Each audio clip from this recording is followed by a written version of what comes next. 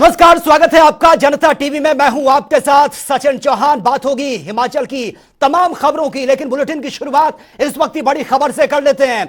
और ये बड़ी खबर सामने आ रही है, शिमला से बड़ी खबर है। हाथ से हाथ जोड़ो अभियान को लेकर यह बैठक हुई है। कांग्रेस अध्यक्ष प्रतिभा सिंह ने बाकायदा इसको लेकर बैठक बुलाई है और हाथ से हाथ जोड़ो अभियान को लेकर समीक्षा भी की गई। घर घर ले जाएंगे राहुल गांधी के संदेश को, यह बात भी इस मीटिंग में रखी गई है। पदाधिकारियों और कार्यकर्ताओं को हिदायत दी गई है। देश में चल रही तानाशाही सरकार, यह प्रतिभा सिंह का स्टेटमेंट सामने आया। लोकसभा चुनाव के लिए कांग्रेस पूरी तरह से तैयार है। लोकसभा चुनाव को लेकर भी उन्होंने कहा है कि कांग्रेस इसके लिए पूरी तरह से तैयार है। संगठन की मजबूती के लिए एकजुट होना बेहद जरूरी है।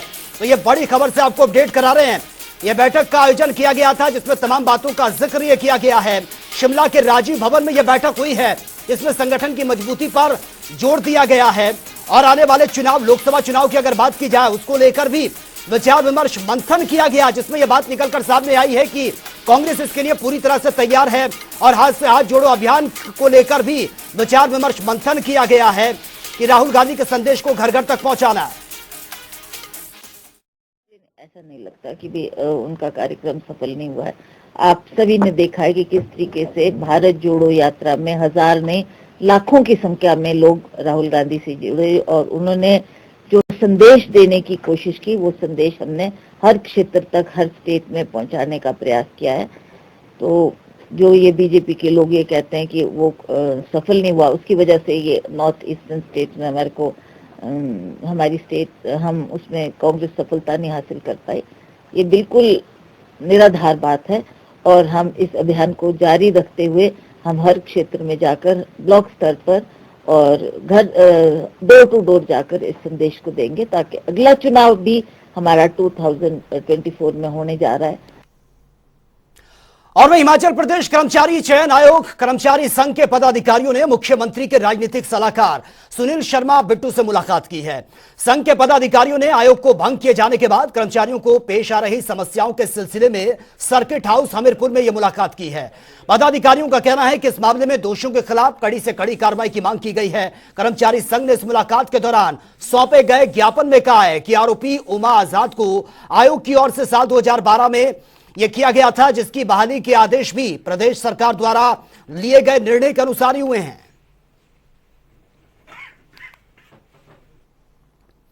और वही सोलन में कांग्रेस प्रदेश प्रवक्ता कुशल जेठी ने सियासत में चल रही गहमागहमी के बीच ओपीएस को लेकर बड़ा बयान दिया है। उन्होंने आश्वासन दिया है कि ओपीएस को लेकर कांग्रेस की सरकार लगातार इस पर काम कर रही है। मुख्यमंत्री सुक्खू की अध्यक्षता में हुई कैबिनेट मीटिंग में भी ओपीएस को लेकर चर्चा हुई है और इसके लागू होने से हिमाचल के 1,36,000 से ज्यादा कर्मचारी लाभान्वित होंगे। इस बीच पुराने दिनों से कंपेयर करते हुए उन्होंने कहा है कि एक साल पहले 3 मार्च 2022 का वो दिन था जब बिजेरी ने कर्मचारियों पर लाठियां बरसाई थी और 3 मार्च 2023 का यह दिन है जब कर्मचारियों ने ओपीएस की सौगात मिलने पर अपने घरों में दिवाली मनाई है।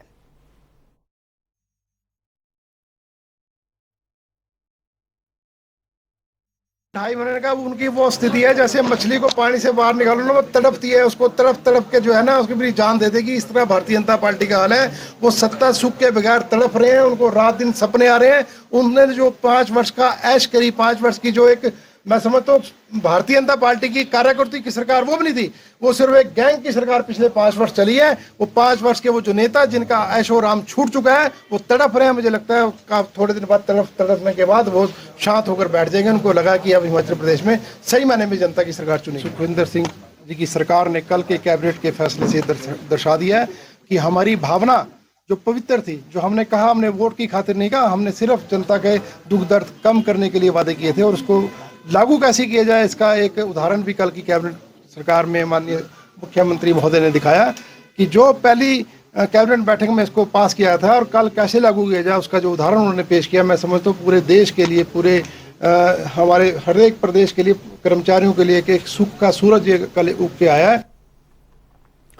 और सिरमौर में जेबीटी के विभिन्न श्रेणियों के पदों को भरने के लिए इंटरव्यू 5 मार्च को ये होंगे और एलिमेंट्री शिक्षा निदेशालय हिमाचल प्रदेश के दिशा निर्देश अनुसार ही सिरमौर जिले में जेबीटी के विभिन्न श्रेणियों के 35 पदों के लिए इंटरव्यू ये होने हैं और इंटरव्यू डाइट नाहन में लिए जाएंगे। और इसी के साथ ही उप निदेशक प्रारंभिक शिक्षा सिरमौर गुरजीवन सिंह ने कहा है कि जिला सिरमौर और कई जिलों से संबंधित सभी अभ्यर्थियों के इंटरव्यू एक साथ 5 मार्च को ही लिए जाएंगे।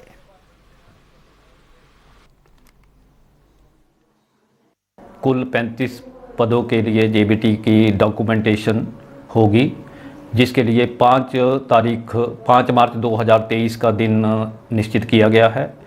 ये डॉक्यूमेंट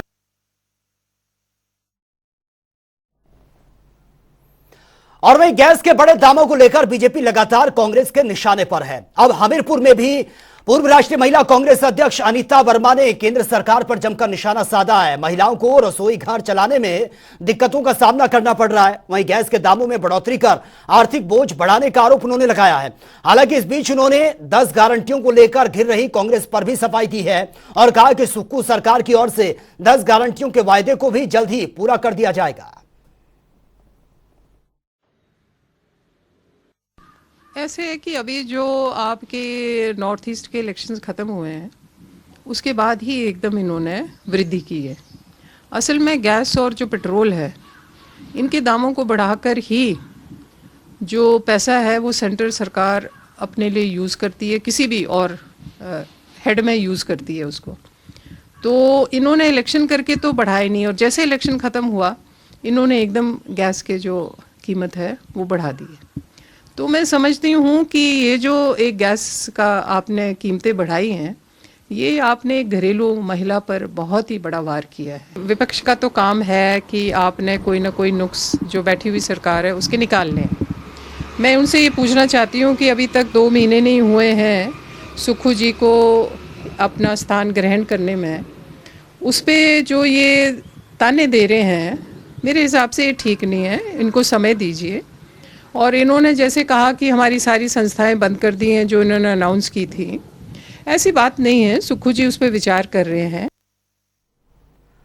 और वहीं मंडी के जिला परिषद अध्यक्ष पाल वर्मा ने प्रदेश सरकार पर गंभीर आरोप लगाए हैं। ग्रामीण विकास कार्यों के बजट को तुगलकी फरमान जारी करते हुए रोक देने के आरोप उन्होंने लगाए हैं और सभी प्रकार के फंड को 2 किस्तों को रोक दिया है। और यही नहीं, पाल वर्मा ने यह भी कहा है कि मार्च तक सभी तरह के टेंडर बंद होने से विकास कार्यों को फुल स्टॉप ये लग गया है। वहीं पूरे हो चुके विकास कार्यों का भुगतान भी न होने से बीते 6 महीने से विकास कार्य ठप पड़े हुए हैं। देखिए, प्रदेश में जब से नई सरकार बनी हुई, नई सरकार को बने हुए लगभग 3 महीने से ऊपर का समय हो गया है, लेकिन जिस प्रकार से आते ही एक तुगलकी फरमान जारी करके कि विधायकों की निधि को रोक दिया गया, जो आपके जिलों को जो निधि जाती थी वो जिलाधीश के माध्यम से जो खर्च होने वाली होती थी उनकी 2 किस्तों को रोक दिया गया। तो मुझे लगता है विकासात्मक कार्य में जो इस 6 महीने के कार्यकाल में जो इनकी वजह से जो फुल स्टॉप लगा, मुझे लगता है भी इस बजट के बाद मार्च तक तो इन्होंने सारे टेंडर रोक दिए हैं। जब टेंडर रोक दिए हैं तो विकासात्मक गतिविधियों को बढ़ावा नहीं मिल पाएगा। और वहीं नगर निगम शिमला की एक बड़ी लापरवाही सामने आई है। सीवरेज ट्रीटमेंट प्लांट में बिना ट्रीटमेंट किए ही पानी को नदी में छोड़ा जा रहा है, जो कि शिमला वासियों की जान से खिलवाड़ करने से कम नहीं है। देखिए यह खास रिपोर्ट। हिमाचल प्रदेश की राजधानी शिमला में एक बार फिर लोगों की जान के साथ खिलवाड़ करने का मामला सामने आया है। साल 2017 में शिमला में पीने के पानी को लेकर लापरवाही बरती गई थी। वैसी ही लापरवाही एक बार फिर सामने आ रही है। नगर निगम शिमला के बड़ा गांव सीवरेज ट्रीटमेंट प्लांट में बिना ट्रीटमेंट किए गए पानी को नदी में छोड़ा जा रहा है। बड़ा गांव नदी का पानी शिमला और सोलन के पेयजल स्रोत अश्विनी खड्ड में मिल रहा है। ऐसे में इससे बीमारियां फैलने का खतरा पैदा हो गया है, जिससे लोगों की परेशानियां बढ़ गई हैं। बड़ा गांव की इस नदी से कई लोग जुड़े हुए हैं। क्यार, अश्विनी, पुल, कयाना और साधुपुल गांव के लोग पशुओं और खेती के लिए इस नदी के पानी का इस्तेमाल करते हैं, लेकिन अब इस तरह से बिना ट्रीटमेंट किए गए गंदे पानी को नदी में छोड़ने से लोगों की मुसीबतें बढ़ गई हैं। यहाँ जैसे कि हम अपने पशु को चराने के लिए भेजते हैं, तो हमारे पशु इस पानी को पी तो रहे, लेकिन इससे बहुत तरह की बीमारियाँ फैल रही है यहाँ पे। अच्छा, जो यह पानी हमारे खेतों में भी यूज़ हो रहा है, इससे हमारी फसलें बहुत ख़राब हो रही है। यहाँ पे कई तरह के कीट पैदा हो रहे हैं इस गंदे पानी की वजह से। जो पहले कृषि होती थी वो नहीं हम प्रॉपरली कर पा रहे। ये पानी खेतों में लगाते हैं तो क्रॉप जल जाती है। पशु अगर इस पानी को पी ले तो पशु कई बीमारियों के शिकार हो रहे हैं। कई पशु के तो जो गौएं वगैरह बेचारी वो पेट में ही बच्चे खत्म हो रहे हैं। नगर निगम शिमला के बड़ा गांव सीवरेज ट्रीटमेंट प्लांट पर सवाल उठने लगे हैं। आरोप है कि ये सीवरेज ट्रीटमेंट प्लांट सही ढंग से काम नहीं कर रहा है। ऐसे में गंदा पानी नदी में छोड़ा जा रहा है। इस तरह से नदी में गंदे पानी को छोड़ने पर निगम के सीवरेज ट्रीटमेंट प्लांट पर सवाल उठ रहे हैं। बता दें, शिमला में 5 सीवरेज ट्रीटमेंट प्लांट हैं। सीवरेज ट्रीटमेंट प्लांट बने परेशानी का कारण। लाल पानी बड़ा गांव में एसटीपी क्षमता 19.35 MLD, संजोली मलियाना एसटीपी क्षमता 4.4 MLD,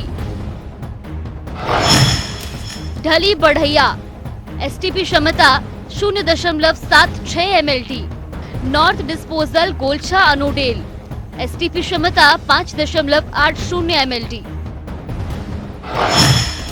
summer hill Gadog STP क्षमता 3.93 MLD।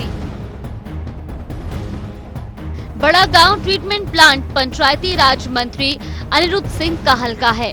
ऐसे में लोगों का कहना है कि कई बार नगर निगम शिमला मंत्री और सरकार से इस बारे में गुहार लगा चुके हैं, जिस पर मंत्री ने सख्त लहजे में कहा है कि यदि व्यवस्था ठीक नहीं तो कंपनी प्रबंधन समेत अधिकारियों के खिलाफ सख्त कार्रवाई की जाएगी। संज्ञान में मेरे ठेके वहाँ से लीकेज हो रही है और कुछ जो है वहाँ पे क्योंकि अभी ठेके पे दिया हुआ है वो लोग खोल देते हैं, जो गंदा पानी होता है वो खोल देते हैं, जो कि लोगों के जमीनें खराब कर रहे हैं, पशु भी पानी नहीं पी रहे। मेरे बिल्कुल संज्ञान में है और डिपार्टमेंट से टेकअप कर ली है। अगर डिपार्टमेंट समय पे काम नहीं करेगा तो उनके खिलाफ, अधिकारियों के खिलाफ FIR दर्ज करिए। 2017 में शिमला में पीलिया फैला था। इस दौरान सीवरेज का पानी नदी में छोड़ने के चलते लोगों को इस पानी की सप्लाई दी गई थी।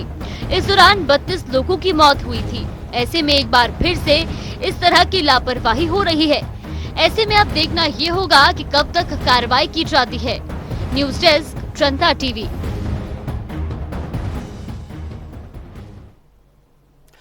और वहीं बद्दी में भगवान भी चोरों से प्रताड़ित हैं। ऐसा हम इसलिए कह रहे हैं क्योंकि बसंती बाग में लक्ष्मी नारायण मंदिर में देर रात ऐसी ही वारदात को अंजाम दिया गया। मंदिर की खिड़की से एक चोर ने अंदर जाकर मंदिर में रखे आभूषण और नकदी चुरा ली है, जिसके बाद वो फिर से खिड़की से वापस वो चला गया है और चोरी की ये पूरी घटना वहां लगे सीसीटीवी में कैद हो गई है। जब पुजारी ने मूर्तियों पर लगे आभूषण और नोटों का हार गायब पाया तो उन्होंने मंदिर कमेटी प्रधान को इन्फॉर्म किया, जिसके बाद पुलिस को इस पूरे मामले की जानकारी दी गई।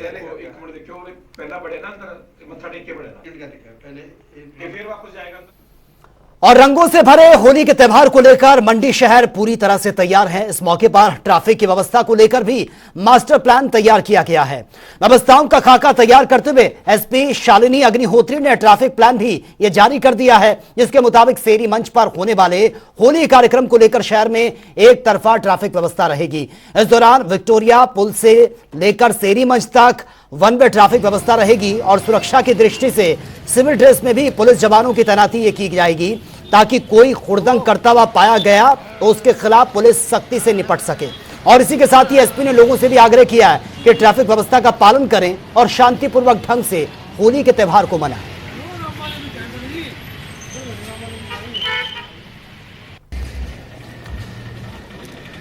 तो ये तस्वीरें भी आपके सामने हैं।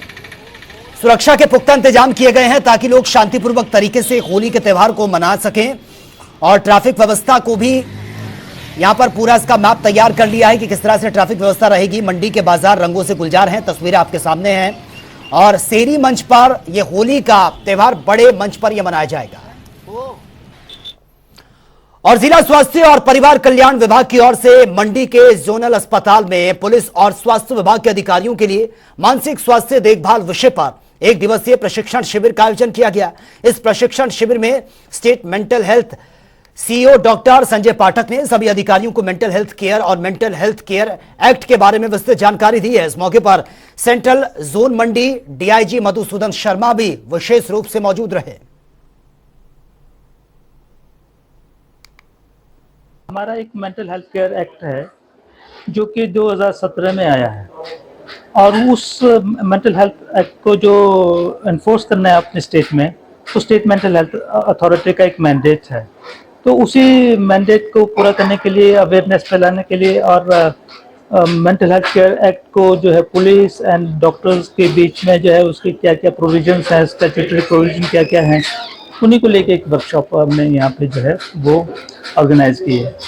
हमारे पास पहले एक मेडिकल कॉलेज होता था या 2 मेडिकल कॉलेजेस होते हैं, अब हमारे पास जो है 6 मेडिकल कॉलेजेस हैं, एक प्राइवेट सेक्टर में है, एक एम्स है, तो वहाँ पे साइकेट्रिक फैसिलिटीज अवेलेबल है। तो मेंटल इलनेस अगर बढ़ भी रही हैं, यहाँ पे ये जोनल हॉस्पिटल मंडी के सीएमओ साहब और उनकी टीम द्वारा जो है यहाँ पे एक पुलिस और मेडिकल ऑफिसर्स का जॉइंट एक इंटरेक्शन और ट्रेनिंग जो है आज के दिन रखी गई है, जिसमें जो मेंटल हेल्थ केयर एक्ट है उसके प्रोविजंस पे डिस्कशंस हैं और प्रैक्टिकली हमें क्या क्या इश्यूज हमें आते हैं या किस तरह से दोनों जो डिपार्टमेंट्स इसमें लिंक्ड हैं ये आपस में कैसे अच्छा कोऑर्डिनेशन और समन्वय आपस में बना सके, उस पर चर्चा की जा रही है। एंड मैं सीएमओ साहब और उनकी टीम को बधाई देती हूँ और मैं उम्मीद करती हूँ कि पुलिस की जितनी भी मेरी टीम यहाँ पे आई है और डॉक्टर्स की जो टीम फील्ड से भी आई है और स्पेशलिस्ट भी, एक्सपर्ट्स भी इस पे आए हैं, उन सब में आपस में कोऑर्डिनेशन और एक कॉमन अंडरस्टैंडिंग बनेगी। तो 1 दिवसीय प्रशिक्षण शिविर का आयोजन यह किया गया है। विभाग के आला अधिकारी भी मौजूद रहे, उनको यह प्रशिक्षण दिया गया है।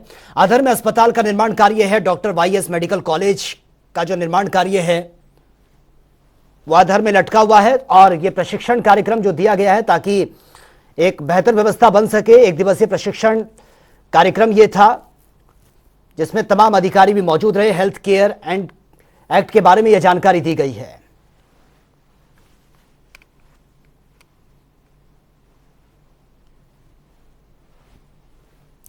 तो विभाग के आला अधिकारी भी मौजूद रहे हैं।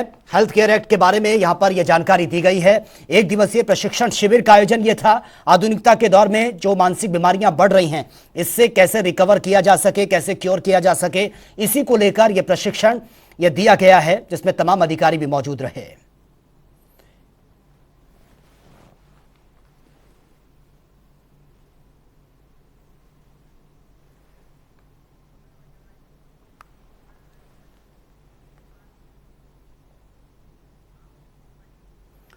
तो फिलहाल इस बुलेटिन में मेरे साथ इतना ही, लेकिन तमाम खबरों के लिए आप बने रहिए जनता टीवी के साथ। नमस्कार।